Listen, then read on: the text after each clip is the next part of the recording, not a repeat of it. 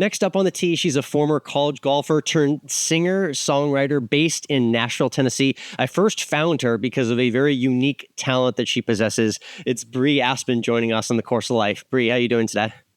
I'm good. Thank you so much for having me. Yeah, Happy it's to be great to here. connect with you. We'll get to the video for how I found you in a little bit.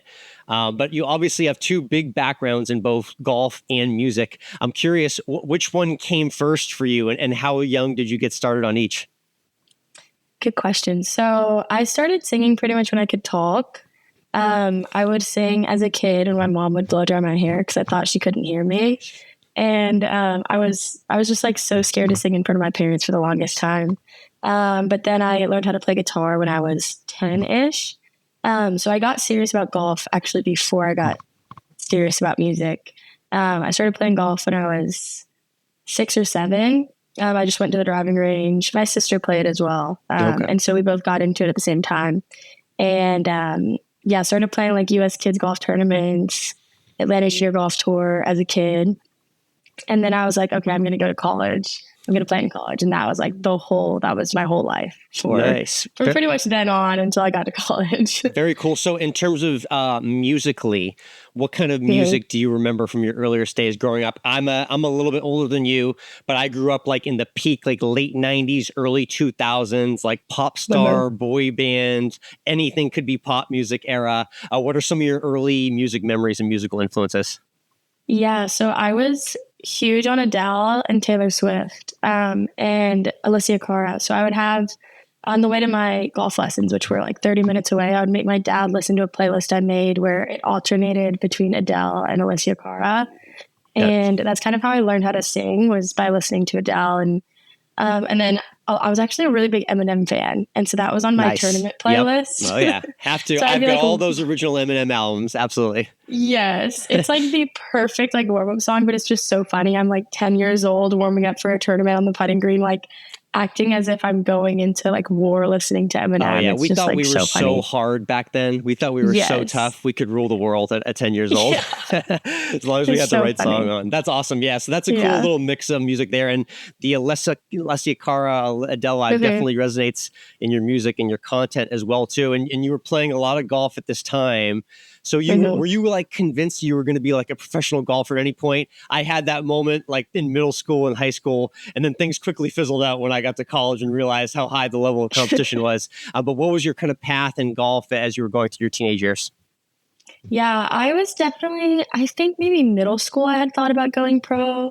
And then I got to high school and I was just like, I cannot do this for the rest of my life. It's just such a level of pressure that I knew I couldn't do it for longer than college. And I was actually like dead set on being music full time. So I like in elementary school through high school, I was like, oh no, I'm going to do music. And everybody was like, no, you're not. Wow. Okay. But it was just like, I think I always had a much bigger passion for music. But I spent so much more time on golf, and I like really loved golf, and I still do, obviously, but music always kind of outweighed that on the passion side. Yeah. And from what I read, it seemed like that you pursued music with your college education as well, too. Tell everyone a little bit about your couple stops along the way of college and what that was like for you. Yeah, so I got recruited by, I was in between MTSU and Daytona State, and they both had music programs. Okay. And I was trying to decide what to major in, and just like nothing made me excited like music did. And I didn't want to do a classical music major, so Daytona State had a music production program. Oh, okay. And ultimately I was like, okay, that is right up my alley. I toured the campus, and they just had like a bunch of studios, and it was such a hands-on major that I really liked. And so I decided to go with that. And I wasn't sure if I was going to end up on the back end of like the audio engineering side, the live sound side. But then I realized that like, I wouldn't even call it a jealousy of like watching people on stage, but every time we would like watch somebody and I would do sound for somebody, I'd be like, oh my gosh, I just want to be up there. And that's all I could think about. You could see a little bit of yourself in them. Yeah. And I was like, oh, this isn't going to work. I'm going to have to do actual music and be the one up there. And I just knew, I was like, I'm going to become bitter if I spend the rest of my life behind the scenes like this. Interesting. Yeah. And so Nashville came into play eventually. You started at Daytona State.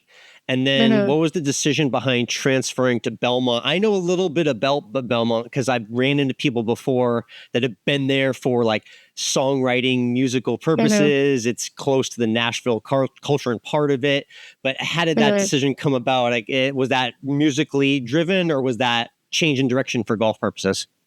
Yeah. So when I was in high school, my mom really wanted me to look at Belmont, and I was so dead set. I really wanted to play an SEC. I grew up playing junior golf in Florida, which was just incredibly competitive. It was very like, if you're not playing at an SEC, what are you doing? And so the idea was go to Daytona State, which their program, we would play against really strong D1 programs. Like we played against UGA and Furman and everything. And so I wanted to go there and then transfer to an SEC. And then I was like, I don't really want to do that. And so my mom brought up Belmont again, and I was like, okay, I'll at least like look at the website. And then I saw the campus, and I was like, oh, why didn't I look at this like 4 years ago when you first showed me? And then I actually signed before I visited ever. I had visited Nashville before when I was touring MTSU, right? And I didn't like it. I had gone downtown, and I was just like, this is terrifying. I wasn't used to like super big cities. And then I think being in college for enough time, by the next time I was thinking about Nashville, I had done a lot of research in their programs, and it's obviously just an incredible school for music and connections. And then I signed, and then I visited, and I was like, I hope I like it. And I got there, and it's just the most beautiful campus I've ever seen. And it really just feels like a bubble of connection. And it was a really cool place to go to school. Nice. So talk a little bit about the culture in Nashville and the city, like musically, for getting things done in the music industry. For people who don't know, what's it like being there, and what has it been like for you in your music career being there, trying to network the city and grow your brand as well? Yeah, it's been incredible. I didn't get the whole Nashville effect while I was there for college, just because, we were out of town every weekend.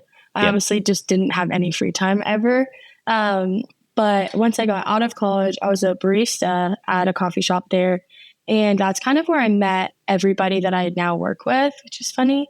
I worked with one of my best friends now who works on the publishing side of the music industry. And she was able to connect me with like what I would consider now like my network of people that I work with. And it's like very interesting because Nashville still functions as almost like a 9 to 5 type of situation, because songwriters like work like 9 to 5. It's actually like 11 to like 6, but and it's super interesting because you would think that songwriting is like, I guess, less organized than it is. Right. But it's like you wake up and you work like Monday through Friday. Like your first write's at 11, your second one would be at like 3. And it's super interesting. But I also noticed it's such a small town feel, which I had thought was just because I was at Belmont. But then once I got out, it felt even smaller. Yeah. And it's like once you meet a handful of people, they'll introduce you to everybody else. And then now I feel like I can walk. I'll be at like any bar in the city, like watching a writer's round or whatever, and I'll know like 5 people in the room. It's just such a small town feel, which I really, really like. Very cool. Yeah. And honestly, anecdotally from myself, I haven't spent any time in Nashville, but I have to get there for a trip soon because I see a lot of golf content in the Nashville area. Like what's with all the pop country artists, singers on every side of the aisle that love getting out of the golf course? It seems to be a bug there. Yeah. It's so funny because when I was growing up, just like golf was the least cool thing you could do ever. Like growing up, especially as a girl in golf. And I think it started to change, which is really cool. But I'm like 10 years old and I'm like, I got to go to the golf course. And everybody's like, what is wrong with like be normal, play a normal sport maybe. Like I was the only girl at my school that played until I moved to Florida. And then I was like, oh, wow, we have girls that do this. But now it's like everybody is so into it. And yeah, I think music goes with golf. I think musicians see golf as an escape, which is funny because I used to see music as an escape from golf. But I think they're very different, but there are some similarities. They're both very mental, which is cool. But it's so funny. I feel like all singers want to be athletes and all athletes want to be singers. It's really funny. Definitely, yeah. Do you like mixing music in golf, or you know music on the golf course? Oh, I've always played music on the golf course. My senior project, because my swing coach growing up, he was like the greatest influence in my life. He's the best. But he was always like, you need to stop listening to music while you practice. And I was like, over my dead body. Like, there's no way. Won't do it. And because I would spend so many hours just like putting. I mean, I used to putt for like 3 hours a day. There's no way I'm doing that without music. And so my senior project was, I did a study on the effects of different genres of music on putting. I don't even remember what the result was. It was probably a very poorly done experiment. You did your own experiment and everything. You hit 100 putts with each music genre. Yeah, and I would like bring people in. I brought in like 10 of my friends. It was definitely not a well done experiment, but I'm pretty sure the result was like R&B or something. Okay. But yeah, I just wanted to prove him wrong. Now that's cool. That tells me that you're really a golf sicko too, because you transformed your like school project around hitting a gazillion putts. So very well done. Yeah. As for your music, you mentioned Alessia Cara and Adele as inspirations. For those people who are maybe just searching you right now, talk to me a little bit about your current sound, what type of music you're enjoying creating right now. Yeah, I would say it's interesting because my songwriting style follows like Noah Kahan, Ed Sheeran, Taylor Swift. Like I really value storytelling, but my voice has always aligned with like Alessia Cara. I would like never be able to compare myself to Adele, but like that's how I learned how to sing. Very soulful, I would say. Yeah. And so it's kind of a crossover between those two. And I'm starting to go down a path of almost like Gracie Abrams style, like production and a little bit more pop folkish, I would say, is where I'm leaning right now. No, that's neat. And speaking of Noah Kahan, so I'm here in the Midwest for the summer. I live full time in Austin, Texas, but I'm originally from Boston. So I'm a big Noah Kahan supporter. Awesome. He just crushed Fenway Park for a week. I saw and did some awesome shows. And you've seen him live, right? I think you posted something. I saw him on Monday, actually. Yeah. But I first found him when I was at Daytona, and I made my teammate drive up to Atlanta. And it was like a $30 ticket at this small venue in Atlanta. Nobody knew who he was. And then it's been insane to watch him blow up. He's a huge golfer too. I see him press out all the time. He's a diehard. He plays on show day. He plays the day after a show. He hits golf balls before his set. Like I saw a video of like people literally just waiting at like an outdoor amphitheater venue, and you look to the right of the stage and Noah Kahan's just hitting wedges like to the side of the stage just before his show goes on. So funny. Yeah, that's my dream. Dream is to play golf with him. It would be incredible. Yeah. And let's get to the video that I mentioned where we originally connected. You meshed music and golf very well. You mentioned Adele a couple times. The video specifically, which I'll repost on my Instagram, is of you doing two things. One I can do well, but one I can't. You were juggling a golf ball with a wedge and singing Adele at the same time on beat perfectly. It was an idea that was right on the tip of my tongue. I don't know how I didn't do this first, but I didn't have the singing voice for it. Tell me, what was your thought process and your background on doing the juggling and singing? So I've always done the juggling thing. My dad taught me how to do that. And I thought I was the coolest person ever doing that as a kid. And I always do it on the course, like when I'm walking, when I'm listening to music. And I was talking to my manager and we're like, all right, we got to get a good video going. Like, I got to do something. And she had seen a video of this girl singing to the beat of a horse walking. And she was like, is there anything you can do like that with golf? And I was like, I mean, technically, yeah, I can like juggle on beat. And she was like, oh, why didn't you mention that? And so I was like, all right, I'll try it. And then I got home and I was like, all right, I'm going to go for it. And Rolling in the Deep is just like, I've always sang that song. I used to sing that song in front of my fourth grade class as a kid. It's like my go-to. And so I like started juggling it. And then I was like, all right, that's a pretty easy beat to do to that. And so I filmed it, and it took probably like 10 tries for the first one, and which ended up being the one that I posted. And then I was like, all right, I can do better. And then I spent like 2 hours trying to film a better one. And then I was like, all right, whatever, I give up. But yeah, that's the original one stuck, and that's the one you posted. Yeah, it did. It did a lot better on TikTok, which was awesome. And a bunch of like brands started commenting and stuff. It was so funny. Definitely keep that going. You should make it a regular thing for sure. If you can spit out more songs like that. And obviously to your original music as well too. That's the one we really want to hit, you know? Yeah, exactly. That's the next step. For sure. Awesome. In terms of your music, I saw something cool on your Instagram, Bri.Aspen, that feeling that not every artist gets to have, but the unique feeling of just sitting in the car hearing your song on the radio. It's something that not a lot of people get to say, but what was your thought process when that first happened? Yeah, the first time it happened, that's just always something that I've dreamed about since I was a kid. And I've always been like, oh my gosh, I can't imagine being on the radio. Like that's when you like really made it. And then I was actually, the first time I was on it, I was with my dad, and we both got to sit there and listen to it. And it was so cool. He was like, wow, who would have thought, like when you were on the golf course every day, like thought that was your path, that you'd be sitting here in Nashville listening to your song on the radio. It was just so surreal. Yeah, very cool. Again, it's Bri Aspen joining us here, singer-songwriter based in Nashville, college golfer as well, too. A couple golf questions. Ever have a hole-in-one?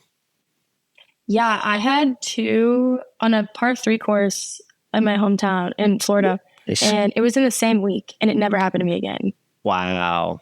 Jeez. Yeah, I was like, well, there it goes. That's like, I'm never going to do that again. That's funny. Yeah, I just had a pro on about a month or two ago, and she had like a hole-in-one and a hole-in-one on a par 4 in a junior tournament, and they were both like a few months apart, and she's never repeated it since. She played professionally and everything. So, yeah, very odd golf stat. Speaking of golf, Nashville area, the course I see a lot there from a content perspective is I see a lot of the country singers going to Troubadour. Have you ever been to Troubadour? I haven't. I really, really want to go.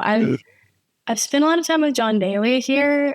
I always end up running into him and hang out, and I want to go out there and play with John Daly. I think that'd be fun. Yeah, that would be. I see like there's rest stops like in between where they have like insane snack stations. It's so cool. Yeah. It seems like such a fun vibe. Where do you run into JD, and what are those experiences like with him? Usually at the bar at like writers rounds. Yep. The first time I met him, we ended up going to this other bar, and his friend was like, you got to hear this girl sing. And he was like, okay. So then they just like took over the stage. The guy that was on stage, they were like, give her your guitar. And then I went up there and I sang, and then I came back and he was like, we got to write a song together. Like, I can tell that you've yodeled before. And I was like, I haven't, but I'll try for you. I mean, I can. Yeah. It was really funny. Yeah. He's a funny guy. So John Daly, Bri Aspen coming soon, hopefully. Yeah, hopefully. Which is so funny. I used to listen to his music in high school. I think I don't know if anybody else was listening. Like I was the only one of my friends that would listen to it. It was like me and a few guys on the golf team. We would always listen to John Daly singing, and he's got some pretty good songs. Yeah, and he's pretty well networked in your space as well too. He's got a lot of music friends. He's super into songwriting. Yeah, it's really funny. He told me like he has a lot more respect for songwriters than he's like, I just think songwriting is a lot harder than golf. And I was like, I think golf is one of the hardest things you can do, but it's really cool. Very cool. Random music question for you. I guess that's a fun collab, but just right now, if you could like open for big time artists right now and get a big platform, who would it be? For sure, Noah Kahan. Yeah, I was watching his openers on Monday, and I was like, that would be the coolest thing in the world. Yeah. Good answer, indeed. Cool. Last, I like to end with some food questions. Nashville hot chicken. Are you in and out on Nashville hot chicken? I don't like spicy foods, and so I don't really like it. I don't know. I feel like we have better food outside of that. Yeah. Our barbecue's pretty good. Burgers. We've got some really good burgers. What's your, the question we always end our conversations with is the 19th hole question. So when you finish your round and you get into the clubhouse, what's your order, like meal and drink at the 19th hole? Ooh, chicken fingers and a Diet Coke. Nice. Chicken fingers. Yeah. What dipping sauce is for chicken fingers? Ranch. I love ranch. Yep. That's pretty awesome answer right there. Love that. Awesome. All right, Bri. Well, look forward to following your content and your music as well, too. I know that you've got potentially some new music and a new single announcement on the way as well, too. So be sure to follow Bri on Instagram and TikTok and play well out there as well, too. Thank you so much. Thank you for having me. This was so fun. Yeah.